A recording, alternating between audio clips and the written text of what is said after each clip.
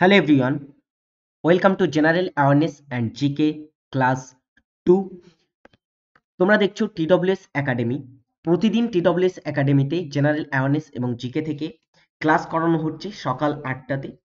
সমস্ত free class আমাদের দেখতে TWS একাডেমি এবং আমাদের দ্য ওয়ে অফ সলিউশন চ্যানেলটি ফলো করতে থাকো। সেখানে প্রতিটি স্যারের দ্বারা রুটিন ওয়াইজ ক্লাস করানো হচ্ছে। তার সঙ্গে আমাদের টেলিগ্রাম গ্রুপে যুক্ত না হয়ে থাকলে অবশ্যই তোমরা যুক্ত হয়ে যাবে। আজকের ক্লাসটা আমরা শুরু করব কিছু গুরুত্বপূর্ণ প্রশ্ন দিয়ে। ক্লাসটি খুবই দারুণ হবে। সকলকে বলবো ক্লাসটি একটু বন্ধুদের মাঝে শেয়ার করে দাও। তার সঙ্গে তোমরা খাতা পেন নিয়ে বসে যাবে, দুর্দান্ত একটি ক্লাস হবে। আজকের ক্লাসের প্রথম প্রশ্ন দেখো, কোন মুঘল সম্রাট, বলা হচ্ছে কোন মুঘল সম্রাট তার রাজধানী আগ্রা থেকে দিল্লিতে স্থানান্তরিত করেন? কোন মুঘল সম্রাট করেন রাজধানী স্থানান্তর? সঠিক উত্তর হবে কোন মুঘল সম্রাট? বলে ফেলো সকলে। আগ্রা থেকে দিল্লিতে রাজধানী স্থানান্তর করেছিলেন কে? সঠিক উত্তর হবে সেটা হচ্ছে কে? মুঘল সম্রাট শাহজাহান, তিনি তার রাজধানী স্থানান্তর করেছিলেন। পরবর্তী প্রশ্ন, সুপ্রিম কোর্টের বিচারপতির সংখ্যা নির্ধারণ করতে পারে সুপ্রিম কোর্টের প্রধান বিচারপতি, রাষ্ট্রপতি, সংসদ বা কোনোটিই নয়? তো সুপ্রিম কোর্টের বিচারপতির সংখ্যা, আচ্ছা একটা জিনিস বলো, আমাদের সংবিধানের 124 124 নম্বর ধারা কিন্তু এই তোমার সুপ্রিম কোর্ট সম্পর্কে আলোচনা করা হয়েছে। সেখানে সুপ্রিম কোর্টে বলো তো বর্তমানে বিচারপতি সংখ্যা কতগুলি আছে আমাদের সুপ্রিম কোর্টে? সুপ্রিম কোর্টে বিচারপতি কতগুলি? সেটা হচ্ছে 33টি বিচারপতি আছে সুপ্রিম কোর্টে। প্রধান বিচারপতিকে, প্রধানকে, প্রধানকে তিনি হচ্ছে DY চন্দ্রচূড়।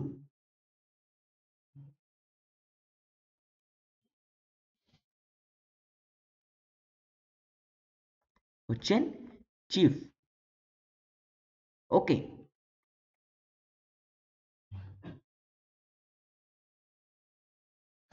তো সুপ্রিম কোর্টের বিচারপতির যে সংখ্যা এটা নির্ধারণ করে থাকে কারা?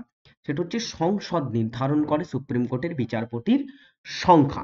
নেক্সট প্রশ্ন, ভবানীসাগর বাঁধ বা নিম্ন ভবানীসাগর বাঁধ কোন রাজ্যে অবস্থিত? তো ভবানীসাগর বাঁধ নামটা শুনেই বুঝতে পারছো, ভবানী নদীর উপর অবস্থিত। কোথায় অবস্থিত? ভবানী নদীর উপরে অবস্থিত ভবানীসাগর বাঁধ। তো ভবানী নদী, এটা তোমাদের আমরা যখন উপনদী সম্পর্কে ক্লাস করেছি, বিভিন্ন নদীর, দক্ষিণ ভারতের যে সমস্ত নদীগুলি আছে সে সমস্ত নদীর উপনদী সম্পর্কে যখন আলোচনা করেছিলাম তখন বলেছিলাম ভবানী, হিমবতী, সিমসা প্রভৃতি হচ্ছে কাবেরীর উপনদী। এটা কার উপনদী? এটা হচ্ছে কাবেরীর উপনদী।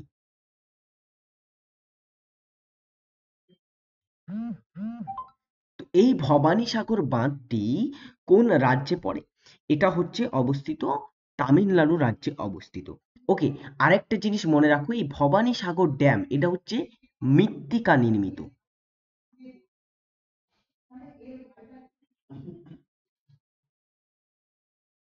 ওকে, নেক্সট হচ্ছে, কে মেহেরগড় সভ্যতার নিদর্শন আবিষ্কার করেন? মেহেরগড় সভ্যতা অন্যতম একটি সভ্যতা ছিল, যে নব্য প্রস্তর যুগে এই সভ্যতার বিকাশ ঘটেছিল 7000 খ্রিস্টপূর্ব থেকে, আনুমানিক একটা 7000 খ্রিস্টপূর্ব থেকে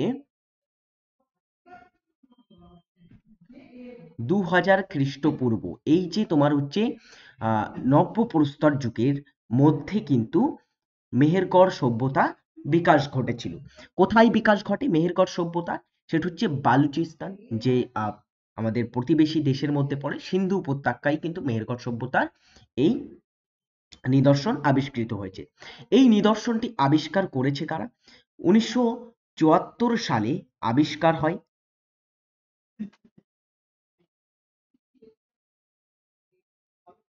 আবিষ্কার হয়, আবিষ্কার করেছিলেন কে? ফরাসি বিশেষজ্ঞ, ফরাসি প্রত্নতত্ত্ববিদ যা ফ্রাঁসোয়া জারিজ, তিনি আবিষ্কার করেছিলেন এবং তার সঙ্গে ছিল রিচার্ড মিডো প্রমুখ ব্যক্তিরা। নেক্সট হচ্ছে, মরীচিকায় কোন ধরনের প্রতিবিম্ব গঠিত হয়? মরীচিকা, মরীচিকা সাধারণত কোথায় দেখা যায়? মরু অঞ্চলে দেখা যায় মরীচিকা। তো মরীচিকাটা কি আসলে এটা আমার আলাদাভাবে তোমাদের বলতে হবে না, তোমরা সকলে জানো। তো মরীচিকায় কোন ধরনের প্রতিবিম্ব গঠিত হয়? সদ্বিম্ব, অসদ্বিম্ব, উল্টানো সদ্বিম্ব, সোজা সদ্বিম্ব।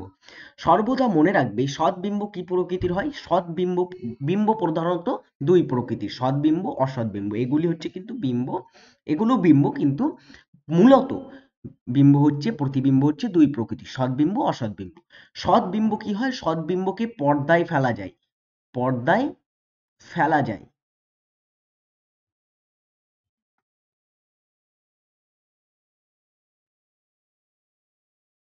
এবং সদ্বিম্বের ক্ষেত্রে সর্বদা কি হয়?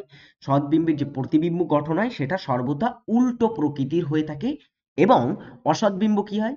অসদ্বিম্বর ক্ষেত্রে এটা প্রতিবিম্ব পর্দায় ফেলা যায় না, এটা হচ্ছে পর্দায় ফেলা যায় না, এবং এটার ক্ষেত্রে সোজা কিন্তু প্রতিবিম্ব গঠিত হয়। তো এক্ষেত্রে মরীচিকায় কোন ধরনের প্রতিবিম্ব গঠিত হয়? সেটা হচ্ছে অসৎ বিম্ব গঠিত হয়ে থাকে। নেক্সট হচ্ছে কোন আইনে ভারতে গভর্নর জেনারেল পদ ভাইসরয় পদে উন্নতি হয়? ভারতে গভর্নর জেনারেল পদ ছিল, পরবর্তীতে সম্পূর্ণভাবে যখন ব্রিটিশ সরকারের কাছে 1800 তোমার হচ্ছে 57 সালের পর থেকে, তোমার মহাবিদ্রোহের পরে, মহাবিদ্রোহের সময় কিন্তু মহাবিদ্রোহের পর থেকে এই কোম্পানির হাত থেকে কিন্তু সরাসরিভাবে বা সমস্ত যে তোমার ক্ষমতা সেটা কিন্তু ব্রিটিশ সরকারের বা ব্রিটিশ সরকার সেটার উপরে, সেটা ব্রিটিশ সরকারের উপরে ন্যস্ত হয়ে যায়। এবং এই যে গভর্নর জেনারেল পদ সেটা ভাইসরয় পদে উন্নতি হয়েছিল। সেটা কোন আইনের ভিত্তিতে? ভারত শাসন আইন 1858, কাউন্সিল অ্যাক্ট 1858, মহারানী ঘোষণাপত্র 1857, চার্টার্ড অ্যাক্ট 1858। তো অ্যান্সার কি হবে? দেখো, অ্যান্সার হবে এখানে ভারত শাসন আইন 1858 অনুসারে কিন্তু প্রথম এই যে গভর্নর জেনারেল পদ সেটা ভাইসরয়ে পরিবর্তন হয়। আচ্ছা, প্রথম ভাইসরয় কে হন? এটাও পরীক্ষায় প্রশ্ন আসতে পারে। প্রথম ভাইসরয় কে হন? প্রথম ভাইসরয় হন কে? লর্ড ক্যানিং।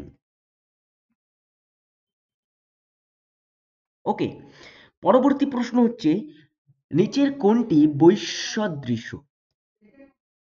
বিসদৃশ্য। আচ্ছা, নিচের কোনটি?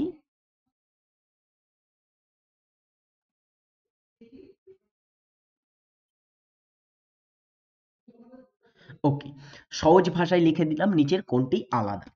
এখানে দেখো কয়েকটি স্রোতের নাম দেওয়া আছে, সমুদ্র স্রোতের, মাদাগাস্কার স্রোত, মোজাম্বিক স্রোত, আঘুলা স্রোত আর ব্রাজিল স্রোত। স্রোত সাধারণত কয় প্রকৃতির হয়?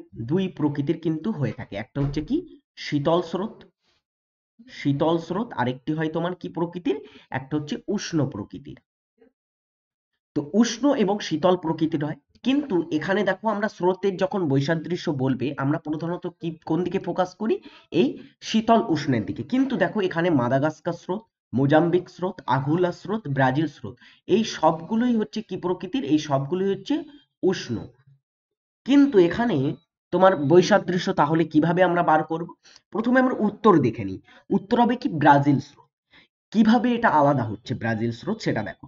ব্রাজিল স্রোত দেখো, মাদাগাস্কার স্রোত, মোজাম্বিক স্রোত, আঘুলা স্রোত, উষ্ণ প্রকৃতির স্রোত, এই তিনটি, এই তিনটি প্রবাহিত হয়, বা এই তিনটির স্রোত কোন মহাসাগরে বলতো প্রবাহিত হয়ে থাকে? সেটা হচ্ছে ভারত মহাসাগর।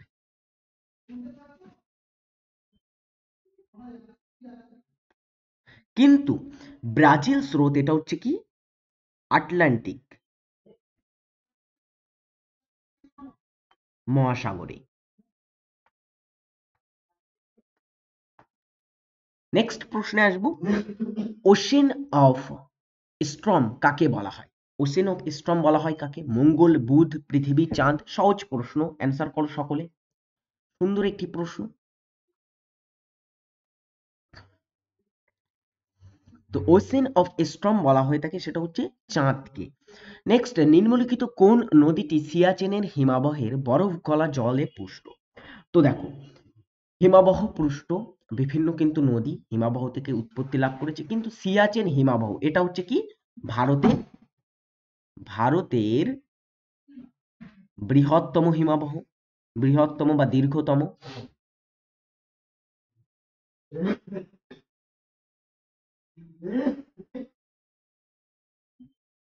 তো এই ভারতের বৃহত্তম হিমবাহ সিয়াচেন হিমবাহ, এটার দৈর্ঘ্য কতটা বলতে পারবে? এটা হচ্ছে 76 কিমি দৈর্ঘ্য বিশিষ্ট, এবং এই হিমবাহ থেকে একটা নদী উৎপত্তি লাভ করেছে। কোন নদীটি? সেটা নদীটির নাম হচ্ছে নুব্রা নদী। আচ্ছা, আরেকটা জিনিস জেনে রাখো, সিয়াচেন হিমবাহ এটা অবস্থিত কারাকোরাম পর্বতে। কোথায়? কারাকোরাম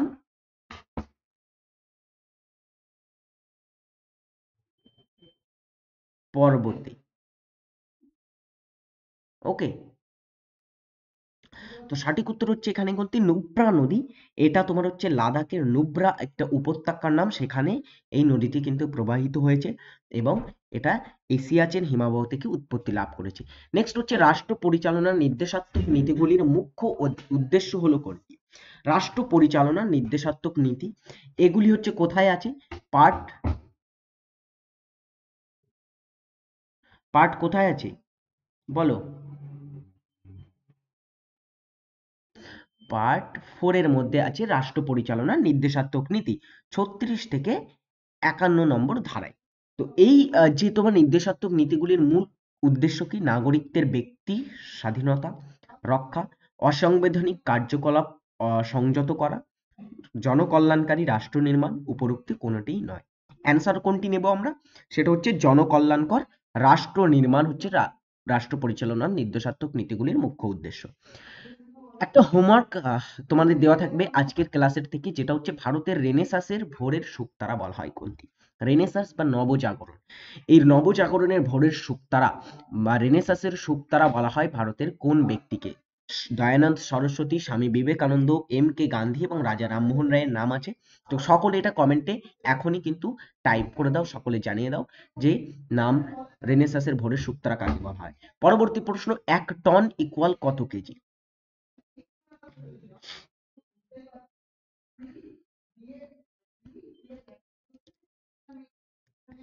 1 টন। আচ্ছা, 1 টন হচ্ছে কত কেজি? 1 টন হচ্ছে, আমরা জানি 1 টন ইকুয়াল হচ্ছে 1000 কেজি হচ্ছে 1 টন। ওকে, তো 1000 কেজি তে 1 টন হয়। তো এখানে সঠিক উত্তর কোনটি হবে? সেটা হচ্ছে 10⁻³ কেজি, এটা হচ্ছে এক এক টন। নেক্সট,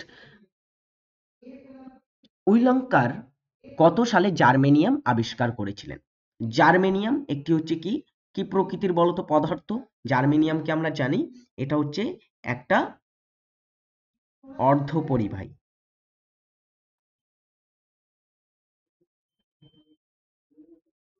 তো জার্মেনিয়াম যিনি আবিষ্কার করেছিলেন তার নাম হচ্ছে ক্লেমেন্স আলেকজান্ডার উইঙ্কলার, তিনি আবিষ্কার করেছিলেন। তো এই তোমার জার্মান বিজ্ঞানী আবিষ্কার করেন জার্মেনিয়াম, কবে আবিষ্কার করেছিলেন? তো সঠিক উত্তর হবে তিনি জার্মেনিয়াম আবিষ্কার করেন 1886 সালে আবিষ্কার করেছিলেন। ইম্পর্টেন্ট একটি প্রশ্ন, খুবই সুন্দর একটি প্রশ্ন, সকলে খাতায় নোট করে রাখো। পরবর্তী প্রশ্ন, প্রাচীন মুদ্রা পরীক্ষা নিরীক্ষা করার পদ্ধতি হলো কোনটি? প্রাচীন মুদ্রা পরীক্ষা নিরীক্ষা করার পদ্ধতিকে কি বলা হয়? কাইন্থেস্টিক্স, নিউমিসমেটিক্স, আর্কিওলজি, প্যালিওগ্রাফি। তো সঠিক উত্তর কি হবে? প্রাচীন মুদ্রা পরীক্ষা নিরীক্ষা করার পদ্ধতিকে বলা হয়ে থাকে নিউমিসমেটিক্স। আনসার অপশন বি নিচ্ছি আমরা। নেক্সট হচ্ছে দুর্গাপুর, ভিলাই, রৌরকেলা লৌহ ইস্পাত কারখানা স্থাপিত হয় দ্বিতীয় পঞ্চবার্ষিকী পরিকল্পনায়, প্রথম পঞ্চবার্ষিকী পরিকল্পনায়, তৃতীয় পঞ্চবার্ষিকী পরিকল্পনায়, আর বলা হচ্ছে চতুর্থ পঞ্চবার্ষিকী পরিকল্পনায়। আচ্ছা, এগুলো একটু জেনে রাখো। দুর্গাপুর এটা অবস্থিত কোথায়? এটা হচ্ছে পশ্চিমবঙ্গে অবস্থিত। ভিলাই অবস্থিত কোথায়? ভিলাই অবস্থিত ছত্তিশগড়, ছত্তিশগড় রাজ্যে অবস্থিত। আর রৌরকেল্লা আমরা জানি রৌরকেল্লাটা কোথায় অবস্থিত? রৌরকেল্লা অবস্থিত ওড়িশাতে। তো এখানে এই সমস্ত যে তোমার হচ্ছে লৌহ ইস্পাত কারখানা, এগুলি একটা পঞ্চবার্ষিকী পরিকল্পনার সময় গড়ে উঠেছিল। কোন পঞ্চবার্ষিকী পরিকল্পনায়? দেখো, দুর্গাপুর গড়ে উঠেছিল, এটা হচ্ছে তোমার ব্রিটেনের সহায়তায়, ব্রিটেনের সহায়তায়, এবং ভিলাই যে তোমার হচ্ছে সেটা গড়ে উঠেছিল রাশিয়ার সহায়তায়, এবং এই যে রৌরকেল্লা এটা গড়ে উঠেছিল তোমার হচ্ছে জার্মানির সহায়তায়। এগুলি জানা কিন্তু খুবই প্রয়োজন। তো আমরা কি জানতে পারছি এখান থেকে? দুর্গাপুর যেটা পশ্চিমবঙ্গে অবস্থিত ব্রিটেনের সহায়তায় গড়ে উঠেছিল, ভিলাই গড়ে উঠেছিল রাশিয়ার সহায়তায়, রৌরকেল্লা ওড়িশাতে অবস্থিত এটা গড়ে উঠেছিল জার্মানির সহায়তায়। এটা কোন পঞ্চবার্ষিকী পরিকল্পনায় স্থাপিত হয়েছিল? সঠিক উত্তর হবে এখানে দ্বিতীয় পঞ্চবার্ষিকী পরিকল্পনার সময় কিন্তু এই লৌহ ইস্পাত তোমার হচ্ছে শিল্পকেন্দ্রগুলি গড়ে উঠেছিল। আরো কিছু শিল্পকেন্দ্র আছে, যেমন বোকারো শিল্পকেন্দ্র যেটা হচ্ছে তোমার ঝাড়খণ্ডে অবস্থিত, রাশিয়ার সহায়তায় গড়ে উঠেছিল তৃতীয় পঞ্চবার্ষিকী পরিকল্পনায়। আর চতুর্থ পঞ্চবার্ষিকী পরিকল্পনায় গড়ে উঠেছিল তোমার হচ্ছে তামিলনাড়ুর সালেম, তার সঙ্গে তোমার হচ্ছে বিশাখাপত্তনম স্টিল প্ল্যান্ট প্রভৃতি চতুর্থ পঞ্চবার্ষিকী পরিকল্পনায় কিন্তু গড়ে ওঠে। ওকে, ইত্যাদি কিন্তু জানা খুবই প্রয়োজন তোমাদের জন্য। নেক্সট প্রশ্নে আসবো, যেটা হচ্ছে সুপ্রিম কোর্টের প্রথম মুসলিম প্রধান বিচারপতিকে। একটু আগেই বললাম সুপ্রিম কোর্টের আমাদের বর্তমান বিচারপতিকে, বর্তমান হচ্ছে DY চন্দ্রচূড়, তিনি হচ্ছেন বর্তমান বিচারপতি, প্রধান বিচারপতি। তো মুসলিম প্রথম প্রধান বিচারপতি কে ছিলেন? এটা সকলে কমেন্টে অ্যান্সার করো। তার সঙ্গে আমি এখানে আরেকটা জিনিস লিখে দিই, যেটা হচ্ছে প্রথম বিচারপতি কে ছিলেন।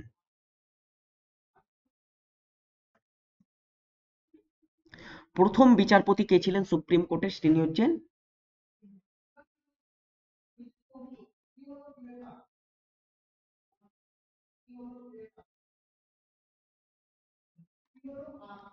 হরিলাল জে কানিয়া। ইনি ছিলেন প্রথম বিচারপতি ভারতীয় সুপ্রিম কোর্টের। এবং প্রথম মুসলিম প্রধান বিচারপতি হিসেবে কে নিযুক্ত হয়েছিলেন? সেটা হচ্ছে মোহাম্মদ হিদায়তুল্লাহ। পরবর্তী প্রশ্ন, পার্থিয়ান বা প্রহল্লব শাসকদের মধ্যে সবচেয়ে উল্লেখযোগ্য শাসক ছিলেন কে? পহল্লব বা পার্থিয়ান। এখানে দেখো, এই যে তোমার হচ্ছে পার্থিয়ান কারা ছিল? পার্থিয়ানরা ছিল তোমার হচ্ছে মিডল ইস্টের কিন্তু যে তোমার হচ্ছে মধ্যপ্রাচ্যের একটা উপজাতি। এরা যেখানে বসবাস করতো সেটা সেই স্থানের নাম ছিল কি? পার্থিয়া। পার্থিয়াটা কোথায়? পার্থিয়া বলা হচ্ছে কাস্পিয়ান সাগরের দক্ষিণ পূর্ব তীরে এই তোমার হচ্ছে পার্থিয়া নামক স্থানে এরা বসবাস করত। যেই জাতিটি বসবাস করত তাদের নাম হচ্ছে কি? পহল্লব। বা এটা কিন্তু পল্লব নয়, পল্লবের সঙ্গে যেন কেউ গুলিয়ে ফেলো না, পহল্লব এবং পল্লব দুটি কিন্তু আলাদা। তো এই তোমার হচ্ছে পার্থিয়ানরা তাদের যে উল্লেখযোগ্য শাসক ছিলেন তিনি কি?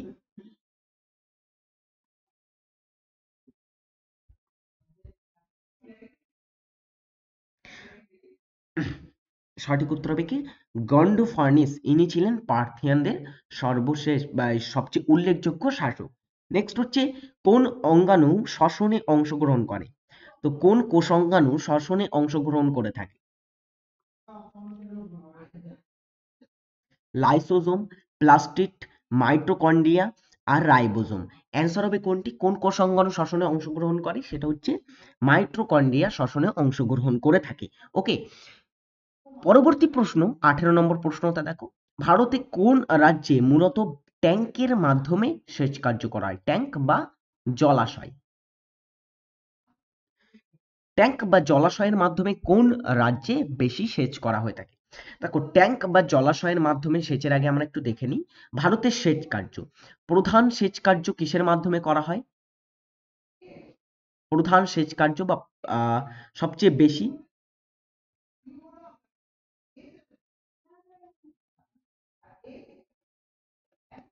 অ্যান্সার হবে কি? সবচেয়ে বেশি বা প্রধান সেচ কার্য করা হয় নলকূপ বা কূপের মাধ্যমে।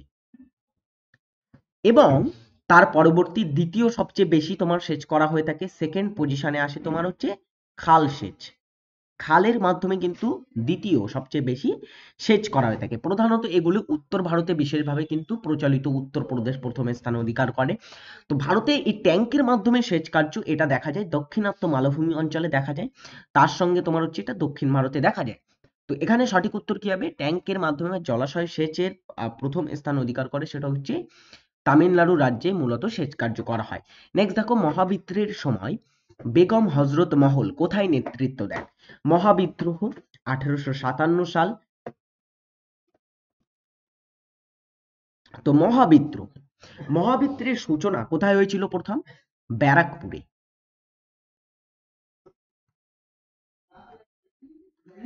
ব্যারাকপুরে সূচনা হয়। সেই তোমার হচ্ছে ব্যারাকপুরে তোমার পান্ডের নেতৃত্বে কিন্তু সেখানে সূচনা হয়েছিল।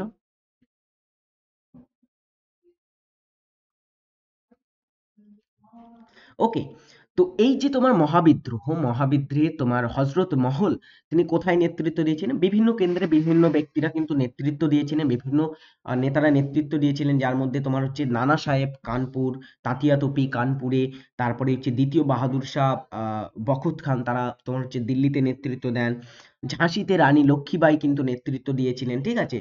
তো এগুলি আমরা জেনে আছি। তো এখানে তোমার হচ্ছে মহাবিদ্রোহের সময় বেগম হজরত মহল তিনি নেতৃত্ব দিয়েছিলেন, এই লখনৌতে কিন্তু তিনি নেতৃত্ব দেন। নেক্সট হচ্ছে বিন্দুসার কোন ধর্মের পৃষ্ঠপোষক ছিলেন? বিন্দুসার তিনি কে ছিলেন? বিন্দুসার বলো আগে। বিন্দুসারকে আমরা কি নামে চিনি? অমিত্রঘাত নামে চিনি, তাই তো? অমিত্রঘাত বা শত্রু হননকারী কাকে বলা হয়? সেটা হচ্ছে অমিত্রঘাত বা বিন্দুসার অমিত্রঘাত উপাধি ধারণ করেছিলেন। তিনি কে ছিলেন? তিনি ছিলেন চন্দ্রগুপ্ত মৌর্যের পুত্র। মৌর্যের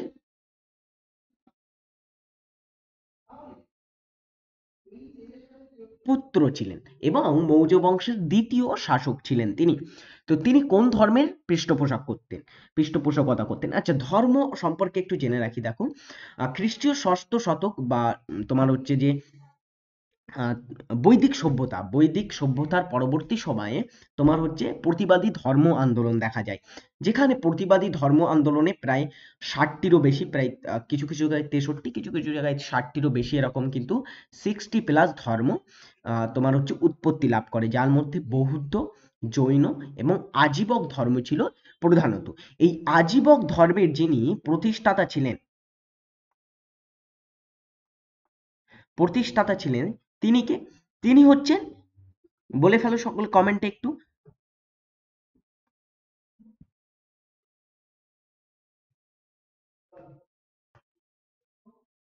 মঙ্খলিপুত্র গোশাল কে ছিলেন? মঙ্খলিপুত্র গোশাল তিনি ছিলেন আজীবক ধর্মের প্রতিষ্ঠাতা। তো এই আজীবক ধর্মেরই কিন্তু পৃষ্ঠপোষক করতেন বিন্দুসার। অ্যান্সার কি হবে? অপশন ডি, আজীবক ধর্মের পৃষ্ঠপোষক ছিলেন তিনি। নেক্সট দেখো, তোমাদের একটা জিনিস এখানে বলে রাখি, ছোট্ট একটি অ্যাড ব্রেক নেবো এখানে। দেখো, আমাদের TWS একাডেমি অ্যাপ তোমরা যদি ডাউনলোড না করে থাকো, অবশ্যই দেখো আমাদের গুগল প্লে স্টোর এবং তার সঙ্গে iOS অ্যাপেল অ্যাপ স্টোরেও কিন্তু পেয়ে যাবে আমাদের TWS একাডেমি অ্যাপ। অবশ্যই তোমরা ডাউনলোড করে দেখো, সেখানে আমাদের বিভিন্ন কোর্স আছে, পেইড কোর্স, ফ্রি কোর্স প্রভৃতি আছে।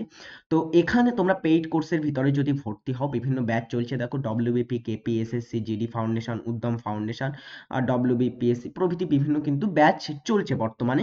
তো এই ব্যাচগুলি যদি তোমরা ভর্তি হও, তাহলে কিন্তু এখান থেকে তোমরা সোম থেকে শনি প্রতিদিন লাইভ ক্লাস পাবে, সমস্ত বিষয়ের অধ্যায়ভিত্তিক ক্লাস পাবে, প্রতিটি ক্লাসের PDF নোটস পাবে, লাইভ মিস করলে রেকর্ড দেখার সুযোগ আছে এখানে, ডাউট ক্লিয়ারিং ক্লাস আছে। কি আছে? ডাউট ক্লিয়ারিং ক্লাস আছে, তার সঙ্গে বিষয়ভিত্তিক মক টেস্ট আছে, এবং এই সমস্ত টিচারদের কিন্তু তোমরা এখান থেকে পড়াশোনা করতে পারবে। ওকে, তো অবশ্যই আমাদের TWS একাডেমি অ্যাপটি ডাউনলোড করো এবং আজই যুক্ত হও আমাদের সঙ্গে, এবং আমাদের ব্যাচের স্টুডেন্ট হয়ে পড়াশোনা করতে থাকো। আর আমাদের লক্ষ্য থাকবে যে তোমাদেরকে কিন্তু সেরা প্রস্তুতি দেওয়া। তো সকলে চাকরির সেরা প্রস্তুতি নেওয়ার জন্য আমাদের এই ব্যাচে যুক্ত হয়ে যাও। লিমিটেড অফার আছে, তো সময়ের সাথে কিন্তু তোমরা যুক্ত হয়ে যাবে। এখানে পরবর্তী প্রশ্ন দেখো, চেয়ারম্যান সহ খসড়া কমিটির মোট সদস্য ছিল কতজন? তো খসড়া কমিটি, ড্রাফটিং কমিটিতে চেয়ারম্যান কে ছিলেন? চেয়ারম্যান কে ছিলেন বলে ফেলো। চেয়ারম্যান কে ছিলেন? ডক্টর বি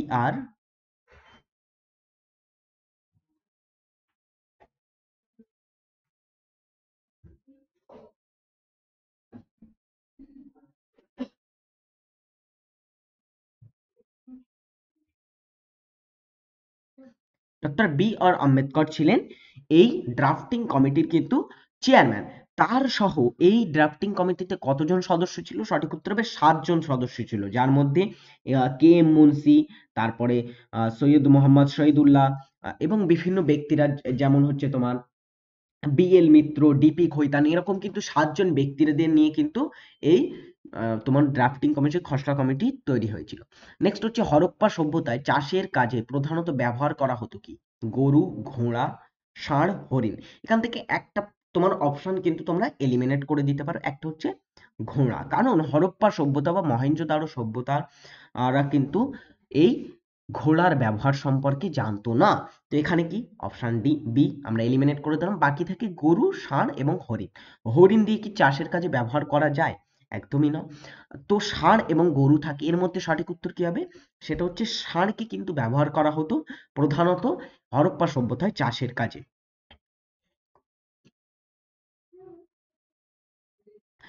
কোন হরমোন একটি নাইট্রোজেন বিহীন হরমোন? নাইট্রোজেন বিহীন হরমোন কোনটি? ইন্ডোল অ্যাসিটিক অ্যাসিড বা অক্সিন? অক্সিন, জিব্রেলিন, আবার বলা হচ্ছে অক্সিন এবং কাইনিন। এখানে একটি অপশন দুবার হয়ে গেল। তো দেখো, কোন হরমোনটি নাইট্রোজেন বিহীন হরমোন? সেটা হচ্ছে জিব্রেলিন হরমোন, এটা হচ্ছে নাইট্রোজেন বিহীন হরমোন। জিব্রেলিন হরমোন সম্পর্কে আমরা কি জানি? এটা থাকে কোথায়? পরিপক্ক বীজে, অঙ্কুরিত চারা গাছে কিন্তু থাকে এই তোমার হচ্ছে জিব্রেলিন হরমোন। তার সঙ্গে এটার কাজ কি? কাজ হচ্ছে উদ্ভিদের দৈর্ঘ্য বৃদ্ধি করা এবং অঙ্কুর উদ্যমকে ত্বরান্বিত করা। এক কথায় বলা যেতে পারে উদ্ভিদের খর্বতা নষ্ট করা হচ্ছে জিব্রেলিনের কাজ। নেক্সট দেখো, গুরু শিখর পর্বতচূড়াটি কোন রাজ্যে অবস্থিত? গুরু শিখর, গুরু শিখর কোন পর্বতে অবস্থিত? গুরু শিখর হচ্ছে আরাবল্লী।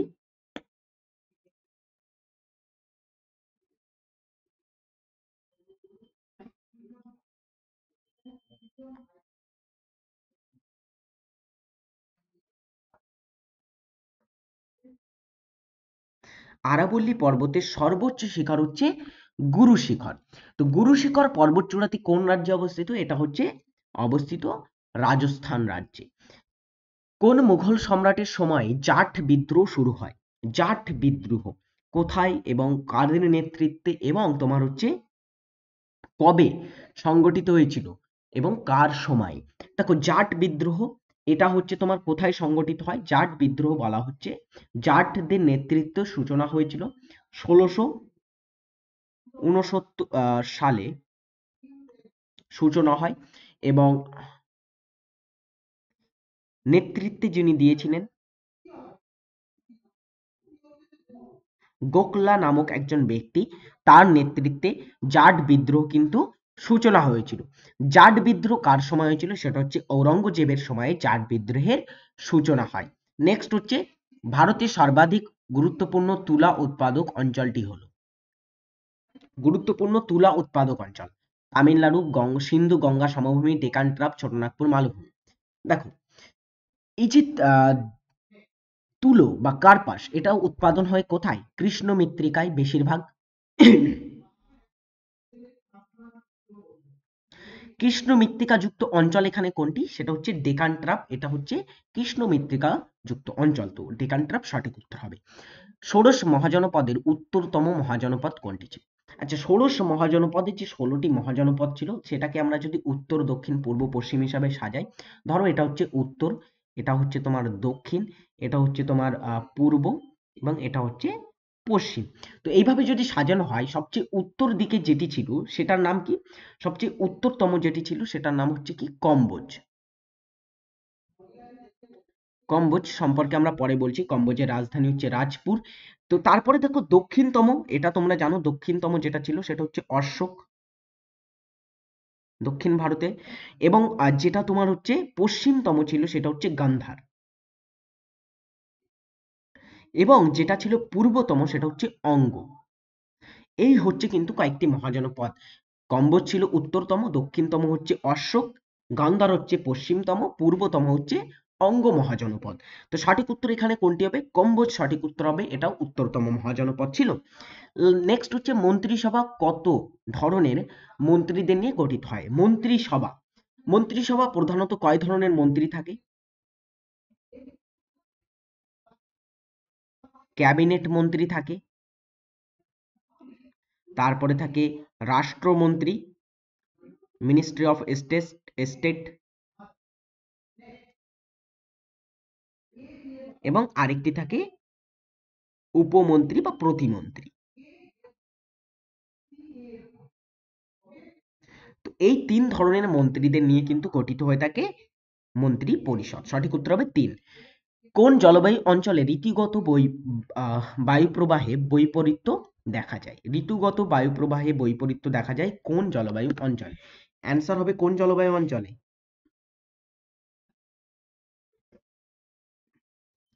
সেটা হচ্ছে মৌসুমী জলবায়ু অঞ্চল। লাস্ট প্রশ্ন, নিচের কোন উপাদানটি সিমেন্ট শিল্পে সর্বাধিক ব্যবহৃত হয়? তো জিপসাম, চুনাপাথর, কয়লা, কাদা। চুনাপাথর সবচেয়ে বেশি পরিমাণে ব্যবহার করা হয় সিমেন্ট উৎপাদনে। এই ছিল আজকের 30টি সুন্দর প্রশ্ন, সেগুলো নিয়ে সংক্ষেপে আলোচনা করলাম। বিভিন্ন সরকারি চাকরির পরীক্ষার প্রস্তুতি নিতে আমাদের চ্যানেলটিকে সাবস্ক্রাইব করে রাখো এবং বেল নোটিফিকেশনটা সেটা অলে সেট করে রাখো। আর আমাদের TWS academy app your gateway to success download না করে থাকলে অবশ্যই প্লে স্টোর বা আমাদের যে iOS অ্যাপেল স্টোর, সেখানে তোমরা চেক আউট করে ডাউনলোড করতে পারো।